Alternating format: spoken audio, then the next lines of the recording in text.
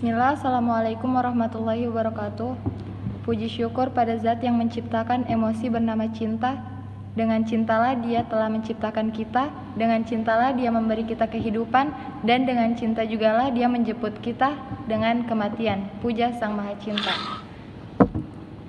Di sini kami akan mempresentasikan tentang respon pengamat politik tentang artis-artis yang menjadi caleg. Perkenalkan, nama saya Dea Maharani Puspitasari dari Prodi PBA 2. Langsung saja simak video kami yang dibawakan oleh 3 pemateri yang ada di samping saya. Bismillahirrahmanirrahim. Assalamualaikum warahmatullahi wabarakatuh.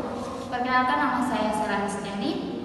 Langsung saja, dari Sekretaris Dewan Eksekutif Board, berdasarkan perhitungan suara pemilu legislatif 2009 sampai akhir bulan April 2009, dipastikan setidaknya 15 artis menunggang ke Senayan. Jumlah ini meningkat lebih dari 2 kali lipat dibandingkan pemilu 2004, yang saat itu hanya meloloskan 6 artis menjadi anggota legislatif. Meski jumlahnya meningkat tajam secara keseluruhan, persentase artis yang menjadi wakil rakyat hanya 2,6% dari total 560 kursi di DPR. Bagi kalangan yang dulunya memiliki agresi artis ke wilayah politik, angka itu dapat mengundang kerisauan. Kalangan artis telah resmi melewati angka jumlah minimal persentase suara pemilu yang ditentukan KPU.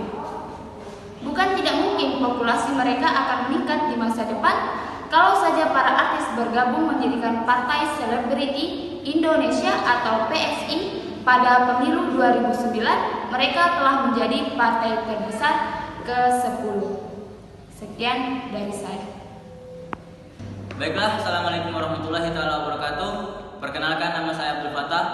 Di sini saya akan menerangkan tentang atau bagaimana sudut pandang dari pengamat politik Bapak Usep S. Ahyar.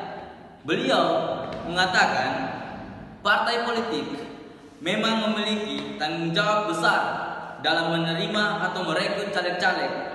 Prosesnya terbilang cukup rumit atau panjang disebabkan dimulai dari sertifikasi, nominasi, dan pemilihan.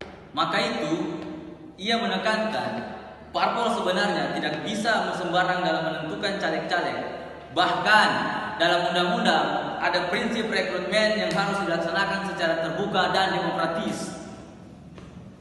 Artinya, semua proses itu bisa dikontrol publik dan dilakukan secara profesional, termasuk kepada artis. Sayangnya, caleg-caleg yang mampu menembus Senayan dalam beberapa periode pemilu jumlahnya sangat kecil karena tidak ada kolerasi signifikan antara popularitas dan elektabilitas. Apa itu elektabilitas, teman-teman? Elektabilitas itu adalah kelayakan atau kecukupan seseorang untuk menjadi pemimpin, untuk memimpin atau menduduki jabatan yang lebih tinggi dalam pemerintahan. Itu elektabilitas.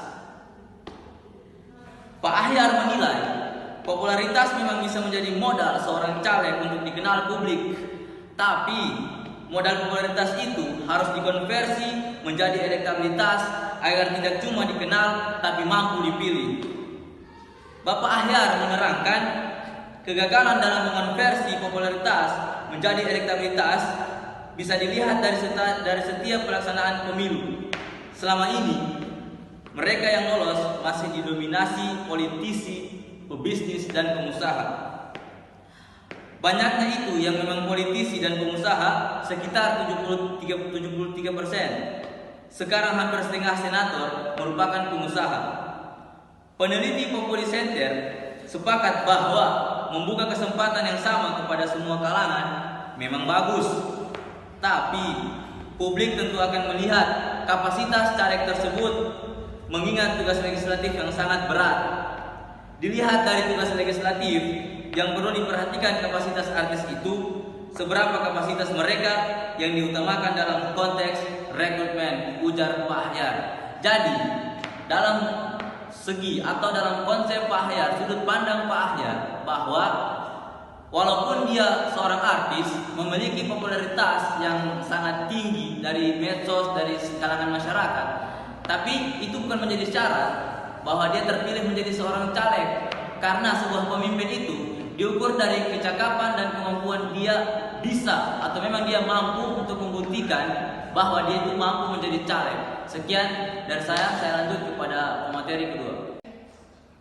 Assalamualaikum warahmatullahi wabarakatuh.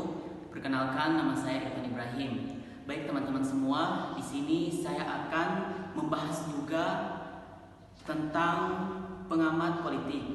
Jadi, salah satu pengamat politik menyebut keputusan partai politik mengusung artis sebagai calon anggota legislatif pada pemilu tahun 2024 masih dilandasi nafsu untuk mendongkrak jumlah kursi di parlemen ketimbang memperkuat kerja-kerja legislasi. Ini karena bakal caleg dari kalangan selebriti yang sudah populer, kata Lucius Carsus, lebih menjual ketimbang kader sendiri yang tak dikenal. Selain itu, Lucius menambahkan, kalau merujuk pada penilaian kinerja DPR selama masa sidang 4 tahun 2020, presenter Choky Sitohang dan Ramzi, dan tak ketinggalan musisi Didi Riyadi serta Diana Sastra. Di kota Bekasi yang merupakan Dapil Jawa Barat 4, papan reklame yang menampilkan tampang Choky Sitohang berjas biru sambil tersenyum lebar sudah terpampang di jalan-jalan utama. Saat menyerahkan berkas calegnya ke KPU, dia berkata ingin memperjuangkan isu toleransi yang sudah menjadi perhatian nasional. Ia juga mengatakan meskipun cukup dikenal publik, tapi tak mudah lolos ke parlemen, sebab pada 2019 lalu dia gagal ke Senayan saat menjadi kader Partai Perindo. Di Dapil Jawa Barat 4, kami Partai Nasdem 2 kali ikut pemilu, belum dapat kursi di DPR Republik Indonesia. Jadi sekarang kami yang ditempatkan di dapil tersebut merasa dengan situasi yang saya lihat di dalam, belajar dari kesalahan, belajar dari kekurangan itu sehingga Oke, baik. Terima kasih kepada pemateri yang telah memaparkan materinya. Jadi, dapat disimpulkan bahwa pengamat menilai fenomena artis ramai-ramai didaftar menjadi calon legislatif oleh partai politik merupakan bukti bentuk kegagalan parpol melakukan kaderisasi. Bagi kalangan yang dulunya memiliki agresi artis ke wilayah politik, angka itu dapat mengundang kerisauan. Kalangan artis telah resmi melewati angka jumlah minimal persentasi suara pemilu yang ditentukan KPU. Bukan tidak mungkin populasi mereka akan meningkat di masa depan. Sedangkan menurut penelitian Lucius, kemampuan anggota DPR dari kalangan artis kurang memadai dan atau anggota legislatif dari kalangan selebritas yang duduk di DPR selama ini tidak cukup menonjol dalam mengemukakan gagasan di parlemen. Sekian presentasi dari kelompok 5 kelas PBA 2. Wallahul muwaffiq ila aqwamit thoriq. Wallahu musta'an. Wassalamualaikum warahmatullahi wabarakatuh. Baiklah, terima kasih ya, dan sekian presentasi dari kami kelompok 5. Jangan lupa like, Comment, share, dan subscribe. Syukron.